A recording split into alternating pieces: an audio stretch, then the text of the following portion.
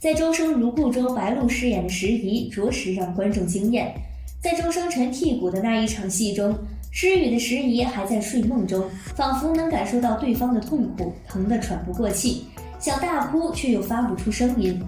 这一段，白鹿将与周生辰心灵相通的石仪演活了，不少观众惊呼：原来95后小花的演技也开始内卷了。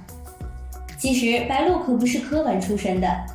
8年前的她只是一个籍籍无名的某宝模特。1994年，白鹿出生在江苏的一个工薪家庭。小时候的她就很喜欢看韩剧，所以在18岁那年就远赴韩国参加了练习生选秀。但是因为没有什么特别突出的才能，白鹿落选了。回国1年后，白鹿签约了一些杂志公司当模特。白鹿也经常在网络上分享自己的美照和生活。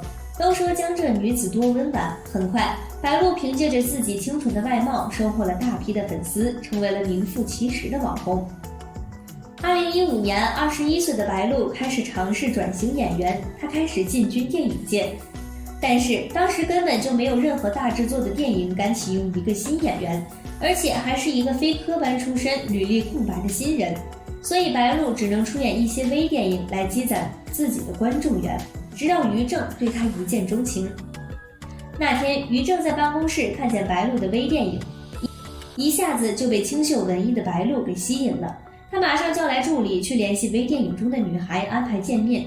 见了面后，于正发现这个女孩子年纪小小，可野心还不小。于正满心欢喜，当即就把白鹿签到了自己的工作室。于正是出了名的敢用新人，也是出了名的顶流小花造星者。杨幂、赵丽颖都是通过于正爆红的。签约没过多久，白鹿就出演了于正的《朝歌》，不过这部剧因为种种原因上不了线。2017年，白鹿在《凤求凰》中饰演女将军霍玄，第一次亮相就是大制作的女二。这部剧最后还变成了《霍玄传》，可见于正对白鹿的力捧。但白鹿这时在观众眼中依旧是个网红跨界。直到2019年，白鹿和徐凯共同出演《招摇》。陆招摇是一个极其嚣张的女魔头，从角色前期的小白兔到后面被亲人伤害后的女魔王，白鹿都处理得很好，她的演技远远超过了大家的期待。而且老板是按炒作这一套，白鹿和徐凯的 CP 炒得轰轰烈烈，还收割了很多的 CP 粉。谁也没有想到，后来的白鹿和徐凯最后竟然真的走到了一起。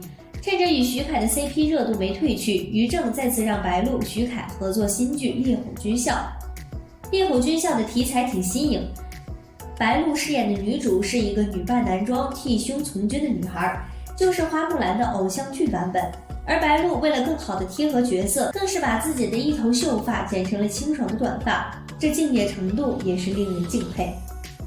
在刚刚白鹿的口碑终于好转的时候，徐凯被拍到深夜出现在白鹿家的地下车库，两个人的恋情曝光。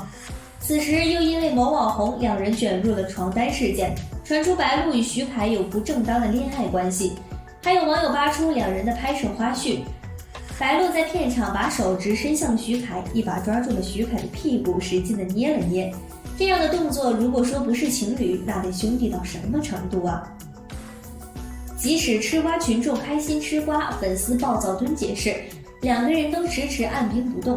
就在女方的风评急剧下转之时，于正亲自下场怼网友，努力维护白鹿，发小长文称片场里大家嬉戏打闹是再正常不过的事情了，还表示让他们再次合作。说起来，于正炒 CP 似乎有一种执念，曾经因为他打造的 CP 某当红小花与校花老公分手了，他还特意发文感慨一番，表示自己的意难平，所以这番操作大家也就见惯不怪了。不过粉丝之间强烈不同意白鹿和徐凯继续捆绑，不仅如此，男女主似乎也有些不乐意了，疑似关系破裂，还互相取关了对方。白鹿之后和罗云熙合作《半世蜜糖半世伤》，虽然没有爆红，但也小出圈了一把，让观众看到了不一样戏路的白鹿。此次搭档人称古装王子的任嘉伦，白鹿注定要红一把。一袭红裙一人泪，时一跳墙殉情这一段看哭了不少观众，而一句周生辰我来嫁你了更是风靡全网。此时再提到白鹿非科班出身、网红野魔的从前，大家更多的是钦佩和赞赏，而非嘲笑。这一路上，白鹿有贵人相助的运气，但更多的是自己的选择和努力。好了，本期视频就到这里了，你们的肯定是小二更新视频的最大动力，我们下期再见了。